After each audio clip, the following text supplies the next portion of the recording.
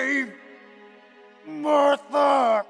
Voici la scène la plus controversée et incomprise de Batman v Superman. Alors qu'elle était censée nous marquer par sa nature profonde et personnelle, au lieu de ça, elle nous a marqué par sa nature forcée et précipitée. Mais si je vous disais que ce défaut est en réalité une qualité, et que ce dénouement tant critiqué est en fait du pur génie. Toute cette confrontation, et surtout sa conclusion, renferme l'une des histoires les plus puissantes jamais racontées sur le Chevalier Noir. Une confrontation dont la finalité nous avait déjà été révélée, au début du film.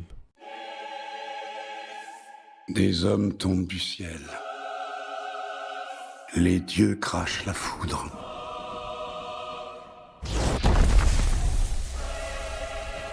Des innocents meurent. C'est comme cela que ça commence. De la fureur, de la fièvre. Un sentiment d'impuissance. Here I am. Qui rend les hommes bien cruels.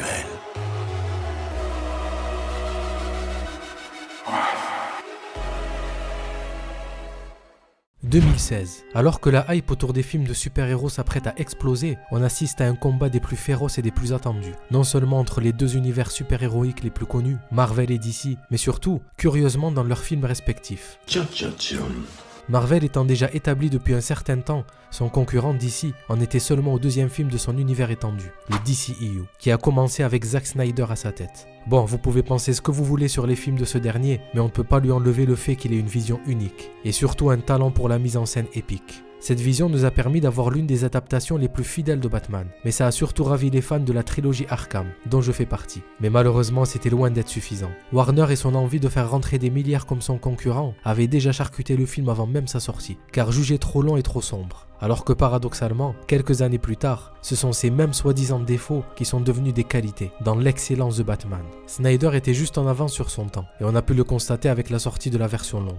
Mais ce n'était pas parfait pour autant, car en dehors du fait que Batman tue dans ce film, et que Lex Luthor semble être une caricature du Joker, le vrai problème qui a divisé, c'est cette fameuse scène. Elle n'a tellement pas été comprise par le grand public et les fans, qu'ils se sont moqués, et qu'ils ont crié à l'absurde et à l'incohérence, ce qui en fait la scène la plus détestée du film, en plus d'être celle qui a contribué à définitivement enterrer tout un univers, qui avait pourtant une direction unique et un énorme potentiel. Mais alors pourquoi ça n'a pas marché, vous me direz? Eh bien c'est tout simplement car vous ne l'avez pas comprise. Comme Batman a détesté ce qu'il n'a pas compris, vous avez détesté cette scène car vous ne l'avez pas comprise. Et c'est là qu'est tout le génie narratif derrière l'écriture de ce film, qui pour le coup est bien plus qu'un simple film de super-héros.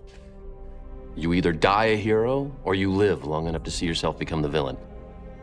Pour la toute première fois au cinéma, nous avons eu droit à un Batman avec plus de 20 ans d'expérience, presque grisonnant et qui commence à perdre espoir. Après 20 ans à combattre le crime à Gotham, il n'a toujours pas réussi à y mettre fin. Alors quand il voit qu'il y a un alien, avec la force d'un dieu qui s'autoproclame héros et qui tue ses ennemis, et qu'en plus il met fin à des vies innocentes sans même s'en rendre compte, c'est sûr que pour lui, il est clairement une menace. Et c'est comme ça qu'un symbole d'espoir pour certains devient celui de la défiance pour d'autres. Alors la confrontation était inévitable, une confrontation qui va sauver Batman. Alors que nous étions tous concentrés sur leur combat épique, il y avait sous nos yeux une toute autre histoire qui nous était racontée. Si on avait pris le temps de bien regarder, on se serait rendu compte que Batman commençait à devenir comme ses ennemis, qui ont fini par déteindre sur lui. Et on le voit parfaitement dans sa façon de combattre Superman, car il utilise leur technique. Le gaz vert à base de kryptonite fait référence au Joker, quand il dit « Breathe it in.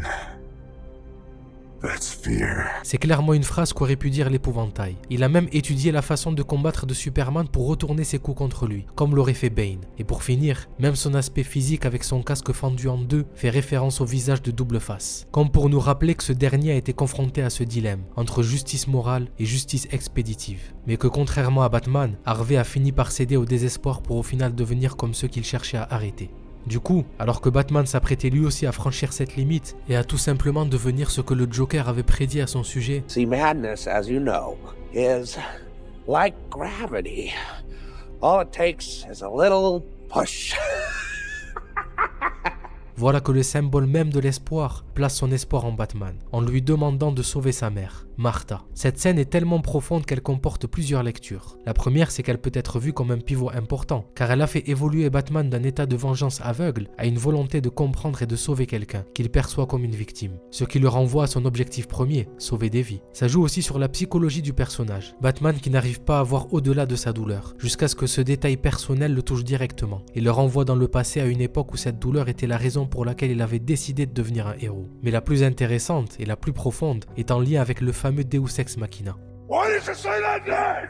Certaines personnes trouvent que la scène arrive trop brusquement, comme un moyen de faire arrêter le combat rapidement, ce qui peut paraître artificiel ou mal développé. Le fait que Bruce Wayne, après tout ce qu'il a vécu et la haine qu'il nourrit envers Superman, soit soudainement stoppé par un simple mot comme Martha peut sembler un peu forcé, et que l'idée que la mention du nom de sa mère suffise à changer radicalement son état d'esprit, après tout ce qu'il a vécu, semble rapide. Mais c'est justement là que le twist de génie entre en scène. À travers cette scène où il s'apprête à tuer Superman, la seule chose à ce moment-là qui a arrêté Batman n'était pas le nom de sa mère, mais le pistolet qui l'a tué.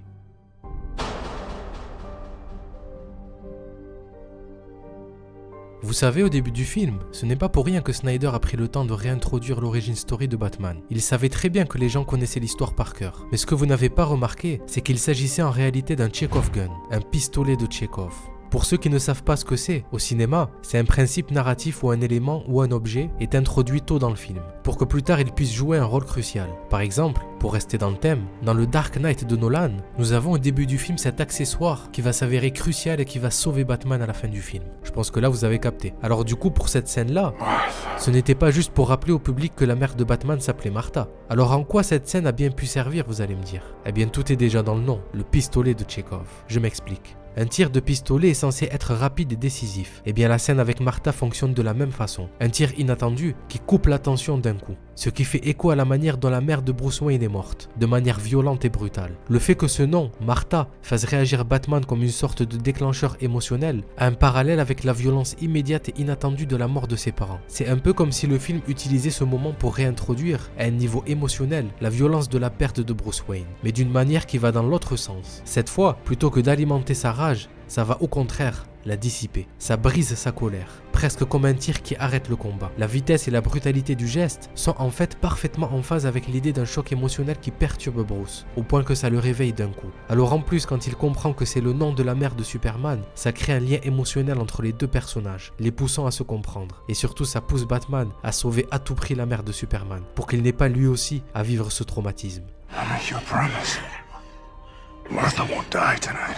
L'espoir que Superman a placé en Batman l'a sauvé et l'a guéri de ce traumatisme qui l'a hanté toute sa vie. Ce combat était en réalité une thérapie qui a brisé la carapace vengeresse de Batman. Et le seul qui pouvait y parvenir n'était nul autre que Superman, le symbole de l'espoir.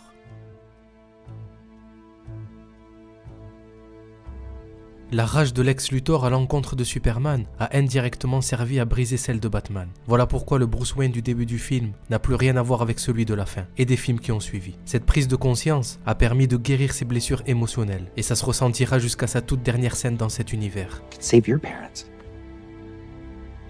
These scars we have make us who we are. We're not meant to go back and fix them.